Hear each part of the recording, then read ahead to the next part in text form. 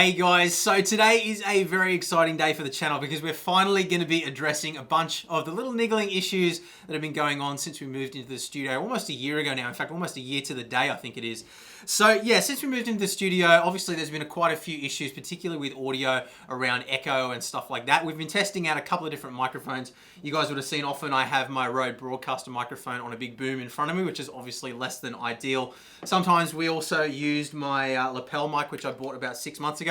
This sort of didn't really work out being all that good. It was just a cheap entry-level Shure system with a SVX4 receiver, and I was never really able to get enough gain out of that system for it to sound any good. It was always sort of picking up a lot of echo. Now, we did a bunch of acoustic treatment recently as well, which has improved things a lot, but coming into the end of the financial year here in Australia, I decided it was time to invest in that last little bit that was going to be necessary to really sort of bring things up to the next level. So we've got some new camera gear as well, which is going to be meaning that we're able to... So we've got some new camera gear as well, which means we can finally do 4K videos as well, which I'm really excited about. But the main objective here was just to basically improve the production quality overall. So today's video, I'm going to be taking you through all the gear that we've purchased, and there is quite a bit of it here. And yeah, just run through some tests, show you how the microphones perform, and all those kinds of things. I thought it'd just be interesting for you guys to sort of follow along and see what we've done here. Now, we'll put links in the description below for all the stuff that we've looked at in today's video. But this isn't going to be a review video, so to speak. I just thought it'd be a bit of fun to sort of take you along on the journey as we get all this stuff unpacked, get it all set up, and see how it all performs. So let's get started.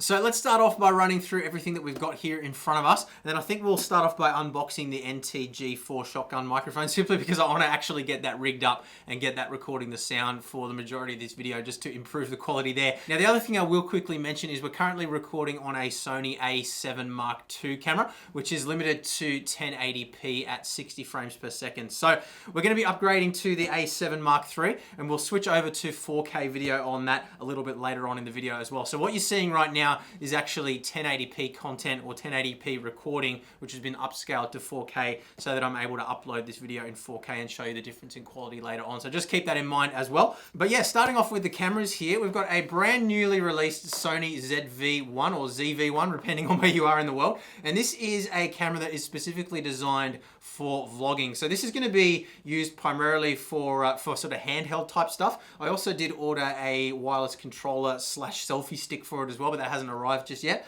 But this one was really appealing. It's got a nice large sensor, but it's got a really nice quality Zeiss lens on it. It's an f1.8 to 2.8, 9.4mm to 25.7mm. It's got the flip around screen as well, so you can see what you're doing. So this is going to really help out with those sort of vlog style videos where I'm holding the camera. Historically, what I've done is either just hold my old RX100, which is about 8 years old now and really isn't up to today's standard. It's actually got a faulty focus system in it as well, or just using my iPhone to record stuff. But that, having a smaller sensor in it, tends to struggle with low light, and you do get quite a lot of graininess, I've noticed in the videos.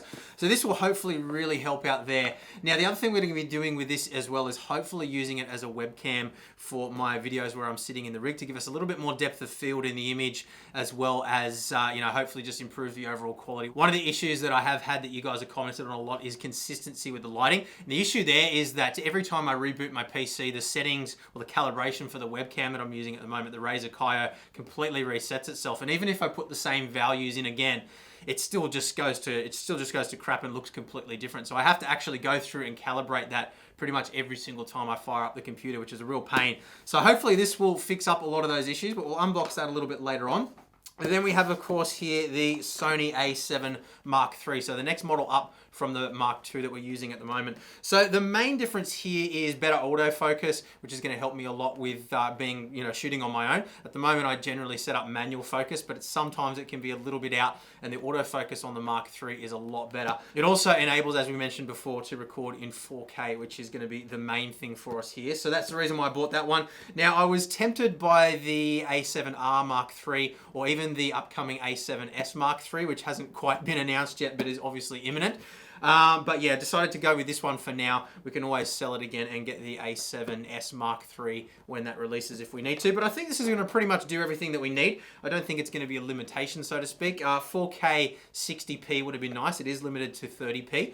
But yeah, we'll see how the A7S Mark III compares when that releases. And yeah, we might end up upgrading again once that comes around. So Now we move on to audio gear. So starting off here, we've got a little Evo 4 by Audio. Now this is a USB audio interface. As you guys would have seen in my recent rig tour video, I've been using just a cheap JCar Electronics mixing desk with audio interface on it, and that introduces quite a bit of latency with the audio. So I have to do quite a bit of post-production correction on that, and that can sometimes cause issues that you guys might have seen where the pedal cam's a little bit out of sync with the audio and stuff like that. So this should do away with that issue. Other than that, it's not really adding any additional functionality for me. It does have 2 inputs, and we'll take a look at this in more detail a little bit later on too. But I want to move on to the shotgun microphone for now before we have a look at the wireless system, simply because I want to get this rigged up so we can start listening through that instead. So we've got a shockproof mount here as well for that, which is just basically got some little elastic bands to sort of suspend the microphone so it can move independently of the stand. That should reduce a little bit of vibration. But we've got the NTG4 shotgun mic here from Rode. Now I went back and forth on this one quite a bit, sort of trying to decide what to get between the G3, the G4, or the G8, I think it was. This one should be well suited to the space that we're filming in here. A shorter distance, so it's suitable for sort of, 1 to 2 meter distances. Not so much for outdoor recording or sports and things like that, but it should suit this sort of controlled studio environment pretty well. So let's unbox this and have a quick look at it, and then we can get it all up on the mount. So I have just undone the little void sticker just so I can unbox this a little bit easier, but this is the first time I've opened the box. So we've got a little microphone clip here, which we're not going to be using because obviously we've got the shock mount there. We've got our shield or pop filter or whatever you want to call that. Set that aside as well. And then we have the microphone itself. So let's quickly slide that out. We've got some desiccant in there as well, so we don't get any problems with moisture. Try to be careful not to drop it. So a pretty basic design here. We've got a high frequency boost button here, which boosts the high frequencies by 6 dB. Doesn't give us a threshold for what it determines as a high frequency though, so I'm not exactly sure how that's gonna work or whether we'll even end up needing to use it. We've got a high pass filter as well, the second button, which rolls off frequencies below 75 Hertz. And then we've got a pad, a 10 dB pad button as well, should we need to use that. Little blue LED on the bottom as well, and then obviously a XLR mount on the bottom. So let's get our shield onto that guy. Now I did buy a nice big overhead boom as well, which you guys can't see obviously because it's behind the camera with the current shotgun microphone mounted on it. But yeah, I might include a shot of that somehow in the video as well for you guys. So let's just slide that on now. Now interestingly, the pop shield does actually cover the 3 buttons when it's slid all the way on. But we'll get this mounted up on the boom now and see what kind of a difference it makes. All right, 1, 2, 1, 2, 1, 2, 1, 2. I always feel really awkward doing this on camera because it's kind of ridiculous, but sounds. I just had to listen to it just before, and it sounded okay. So let me know what you guys think in the comments as well. Obviously, we haven't done any fine tuning at all in terms of EQ or on adjustments on the preamp or anything like that. We're running 10 dB of attenuation on the preamp itself to just cut any of the noise. Let's just have a quick listen to the noise floor as well. Awkward. It's dead silent inside this room. There's a slight little humming of the studio light just behind the camera. But other than that, it's completely silent in here. So yeah, it seems to be pretty good and definitely a big improvement over what we were using before. So we'll move on to the wireless mic now. All right, so onto this wireless mic. Now, as we mentioned before, we were previously using this little Shure system, which had the, I've forgotten the model number again now. It's written on the thingy here. Where is it? So CVL B/C microphone. Now, the problem that I had with this was there was 2 issues really. I had issues with the gain level, so I was having to boost the gain on the body pack pretty much all the way to the maximum to get the volume level that I needed out of the lapel. And then what I found is that I got so much other noise, and I also found it was extremely directional. So I tend to be quite animated when I'm talking, and even with it clipped relatively low so it wasn't sort of getting masked by my chin, every time I moved my head, the volume was just changing dramatically, and that made it really hard to sort of be consistent with the mix later on. And it basically ended up just abandoning this microphone all along. So I think the issues there are twofold. One with the directionality of the microphone itself, the general low gain, and then I think also there was an issue with the just with the quality of the wireless signal as well. It is only a cheap mic system. I think it cost me about 320 Australian dollars for the entire kit. So it performed not as well as I kind of expected it to for that money, but yeah, it's going to be good to upgrade and see how this goes. So this is the Evolution Wireless G4 set from Sennheiser, and this is the instrument set. Now the reason we went with the instrument set, there is a kit that comes with a lapel mic, which is the ME2 microphone, but I wanted to get the MKE2 EW Gold microphone, which is this guy here. Pretty much double the price of the ME2, but by all accounts is far, far better quality than the ME2 microphone. So we went with the instrument kit as well. It doesn't come with the microphone, and upgraded to the microphones. It ended up costing about $150 extra to get a much, much better microphone. So we'll open up the microphone first, steal my wife's scissors, cut open the bag here. You can't return microphones these days anyway, so don't have to worry too much about damaging the packaging. But what have we got in here? We've got a little bag with a bunch of different caps on it, and I believe that these add different levels of attenuation to the signal or to the recording, depending on exactly what you want to do. But we'll have a look at the quick start guidey thing in just a moment.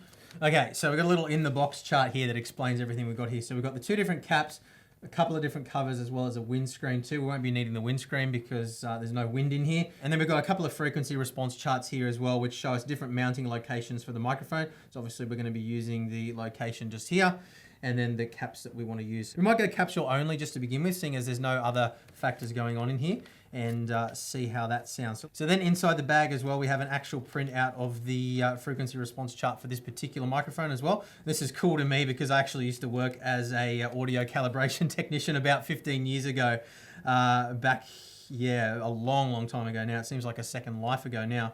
But I used to actually do this kind of testing, so it's really interesting to see. So yeah, we can see a pretty flat frequency response there from the testing range, which is 50 Hertz all the way through to 20 kilohertz, with just a small little peak here between 5,000 and 20,000 Hertz, or 5 kilohertz and 20 kilohertz.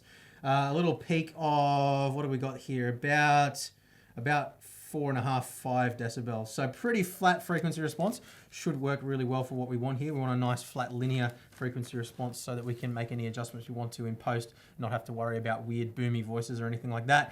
And then we've got the microphone itself. So tiny, tiny, tiny little microphone head there. We're gonna have to be really careful we don't break that. So yeah, there we go. I mean, there's not really much to show you. I'm gonna try not to tangle it straight out of the box, or straight out of the bag, I should say. But yeah, I mean, it basically just looks like a piece of wire, a 350 Australian dollar piece of wire with a tiny little microphone on the end. Now, just while I'm packing this away, you might be wondering, why did I get a wireless microphone or a lapel mic as well as the shotgun mic? Now, obviously, the shotgun mic is extremely directional. So when I'm sitting at the desk in a static position, it works really well. But when I'm doing things where I'm moving around, dipping my head, you know, fiddling with my hands and stuff like that, I really wanted to have something that will stay in the same position regardless of how I move around. Obviously, if I go over here, even you can hear there's quite a big difference, or if I turn around even, there's a huge difference in the response of that microphone. Whereas with the lapel mic, theoretically at least, it should be a lot less. So let's set the microphone aside just for now and have a look at this wireless receiver.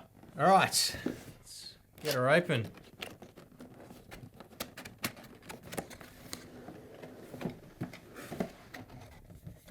Okay, so we've got our belt pack here. We've got a couple of AA batteries, Sennheiser branded batteries even. That's unusual. Normally they just come with really nasty, I mean, I'm sure they are really nasty cheap batteries, but at least they're branded. Our manuals here, it looks like we've got a, oh, okay, there we go, a Sennheiser documentation app. That's kind of cool. We've got our instrument connection cable. We're not going to be needing that guy. We've got two antennas here with BNC connections on the end. We've got the receiver itself. So that is our little receiver box, not quite as compact as the Shure one, but still pretty small.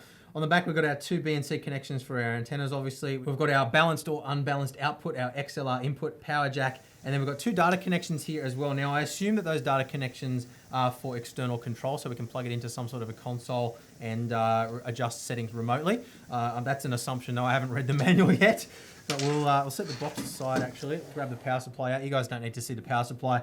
Get this all plugged in, get the microphone hooked up on my shirt here, and see how this guy sounds. So again, just minimal adjustments here. I just adjusted the sensitivity on the belt pack a little bit just to sort of try to bring the gain levels into what I thought was about spec. And yeah, otherwise, yeah, pretty basic system really. So Nice vacuum fluorescent displays here. Lets you see everything that's going on. I'm not going to go into all the details on everything now though, because obviously we can do a detailed review a little bit later on once I've familiarized myself a bit more rather. But yeah, everything seems to be there that we need. It's simple to navigate through the menus and everything. What do you guys think about the sound? Seem to be able to move my head around a bit more when I listened before without it sort of peaking and, you know, going all over the place like the other microphone did. Obviously, if I go down like this really close to the end, then it's obviously going to be louder. But if I move my head around, twist my body and stuff like that, it seems to work quite well. So yeah, let me know what you think. So I've switched back to the shotgun mic for now simply because I am sitting in a static position. I think it's probably the more suitable mic for what we're doing at the moment.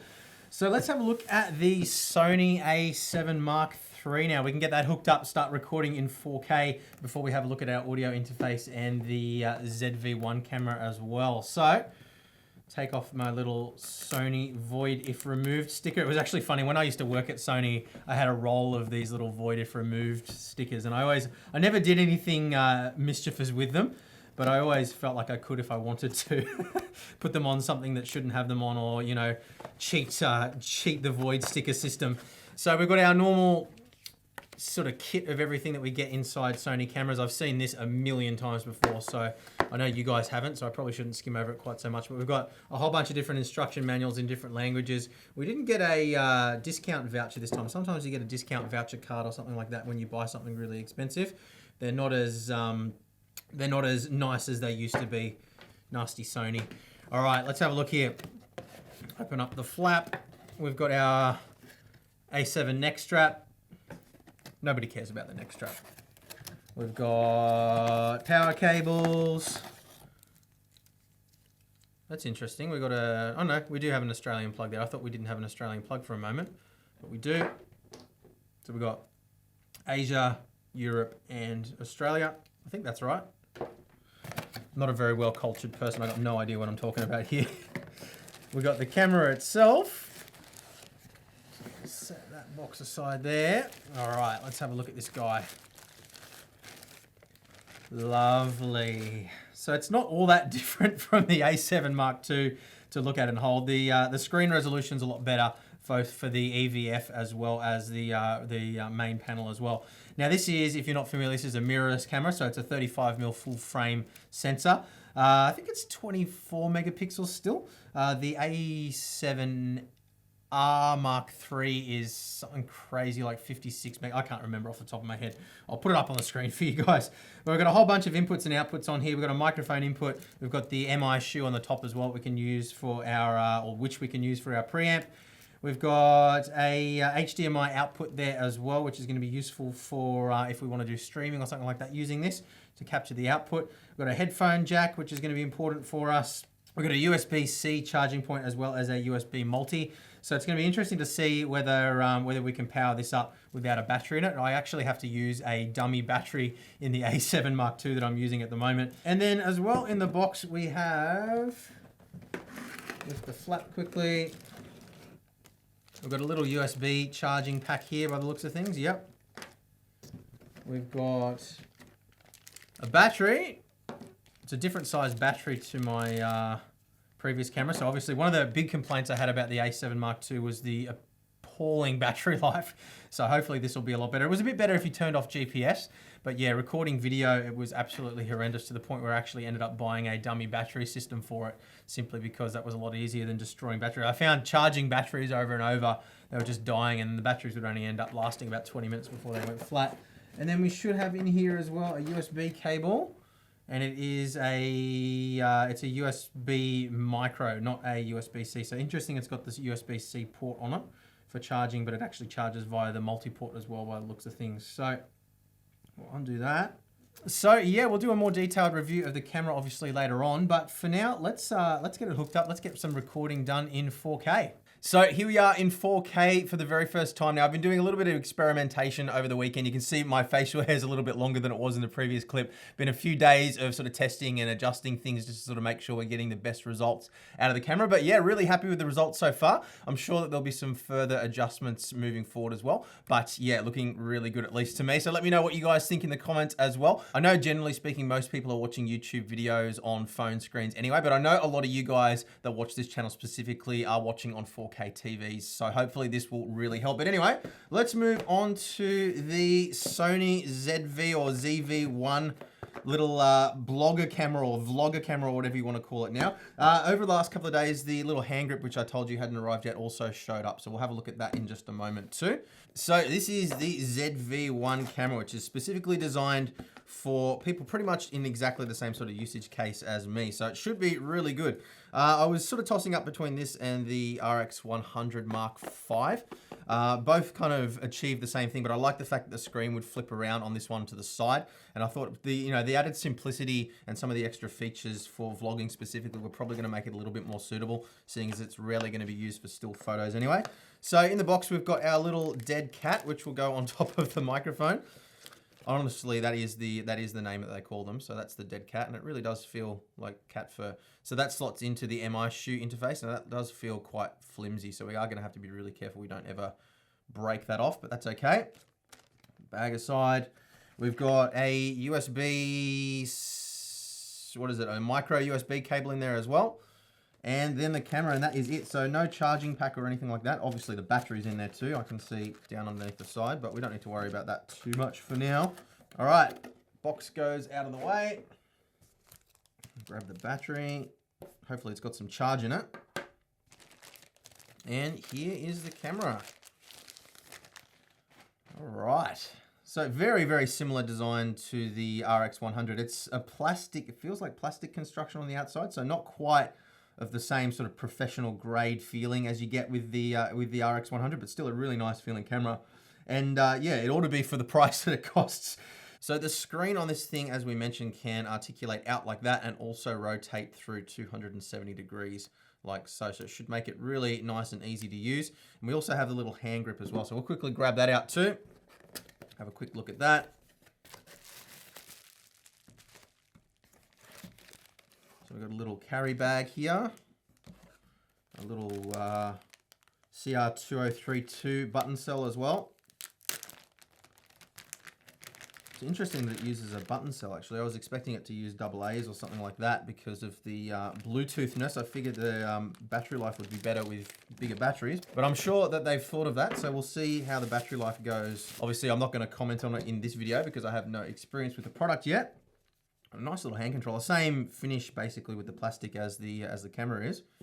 Yeah, it feels nice and solid in your hand. Now this also has little articulating legs like this as well, so you can use it as a desk stand, which is handy.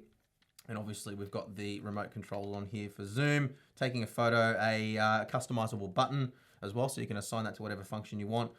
Recording, and then a lock switch as well, so you don't accidentally bump something. And then of course we can adjust the pitch of the tripod mount as well. So we unscrew it here, push the little button, and that articulates around like so.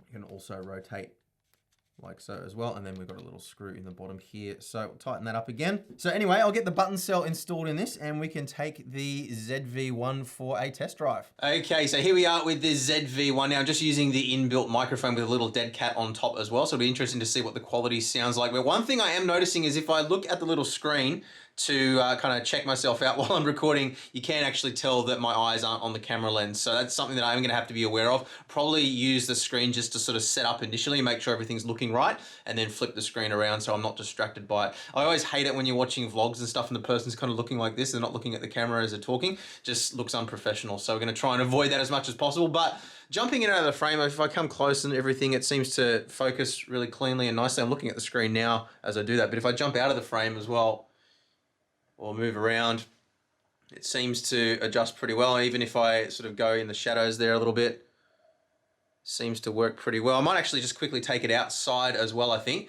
see how it performs in an outdoor setting. And yeah, we'll wrap things up. All right, here we are outside. It's been a while since we've been out here.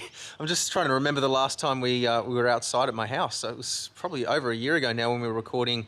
I think it was back when I had the BMW still. So anyway, we'll just pan around here, move the sun around in the frame a bit. So the sun's directly behind me now. You can see it's changed actually on the screen there. It's saying backlight. So it's detected that that's the scenario, and it seems to have adjusted the exposure and everything pretty cleanly. Move around here as well. There's the Commodore, which is in very much need of some attention. It's absolutely filthy. I haven't washed it for about 6 months, which is embarrassing. But anyway, it is what it is. Pan back around this way with the sun behind again now. And there you go. So yeah, look, this seems to work really well. Hopefully the sound quality is good as well. It's relatively quiet out here right now. There's a few birds chirping and stuff like that, but no major traffic or anything. But yeah, looking forward to giving this camera a workout. So super stoked with the Zed V1. I think that's going to be really useful for when we eventually start moving outdoors and maybe doing some project car stuff as well. So really excited about that camera. Actually a little bit more excited about that one than the A7 Mark III. I think the A7 Mark III tends to just be a static device that sits in the studio and doesn't really get to, you know, be too hands-on. But the Zed V1 will be something that I'll be able to get a little bit more hands-on with the kids as well. I think I'll be shooting a lot of sort of family movies and things like that with it as well. So really stoked about that one. But last but not least, here we have our little Evo 4 audio interface as well. Now, we're not going to get to really testing that in today's video. I think I'll save that for when we're back on the sim rig and we're actually, you know, doing some audio recording there. But I did just want to give you a quick look at this guy as well. So we'll quickly pop it out of the box here. Another USB cable. We have an abundance of USB cables. This one is a USB Type-C cable this time. Set the box aside. All right. So we've got, it's a very, very simple sort of interface that we have here. So we've got a gain dial here, which has got a nice tactile feel to it. It's not a push button or anything like that, but it does have nice little indentations as you turn the knob. And then we've got a phantom power button here. We've got an automatic gain adjustment here as well, which apparently works really well. That's something that I'll definitely be testing out in detail. We've got a channel 1 and a channel 2 selection button, so we can control the levels independently for each channel. Then we have a monitor mix button as well as an output volume button as well. So very simple interface, which is kind of what you want when you're in a scenario like what I am with sim racing, where you just want to be able to quickly push a button, turn a dial, and not have to think about it too much. I shouldn't even need to sort of take my eyes off the road to adjust audio levels if I'm streaming or something like that, and there's a problem I need to get onto it quickly. So in terms of inputs and outputs, we've got a instrument input here as well, so you can record a signal directly from a guitar or something like that. We have a headphone jack as well. Then on the back, of course, we have our 2 XLR inputs, as well as a left and right monitor output, and then our USB-C connection as well. So that is that little guy. And yeah, look, this is a really high quality brand. This was actually relatively cheap. It was 250 Australian dollars, which for, you know, for the quality of the product, seemed to be relatively cheap. There were some really, really expensive options out there, and the guys at Taramara Music were pushing pretty hard for me to buy, I can't even remember what it was now, but some $1,500 audio interface, which was just gonna be overkill for my needs. I had all sorts of, you know, plugins and stuff that you could do, all sorts of compression and things like that. But I think this guy is gonna suit the requirement pretty well. That's the plan. Anyway, I can't take it back now, so I'm committed. But anyway, guys, hopefully you found this little tour of the new equipment video interesting. I know it hasn't really been the usual style of video for this channel, but I thought it'd be fun to just sort of take you along for the ride and show you a bit of the behind the scenes stuff that goes on. And hopefully you're impressed with the quality improvements as well that we've seen in this video. We'll definitely be exploring it further over future videos. And this is, of course, the quality that you can expect in future review videos as we move forward with Boosted Media. So very excited about that as well. We've actually got a bunch of hardware reviews coming up this week. We've got a little dash from SimCore, as well as a new wheel from Cube Controls to test out. We also have a couple of FANATEC wheels as well, which I'll be testing over the coming weeks. I've been sitting in boxes here for a while now. I'm starting to feel a little bit guilty about it, so I need to get onto those reviews. So that's it for today, guys. Leave a thumbs up if you've enjoyed the video. Make sure you are subbed and hit the notification bell too, so you don't miss future videos. A perfect time to subscribe now with the bump in quality. So I'm looking forward to seeing you guys again soon. Bye.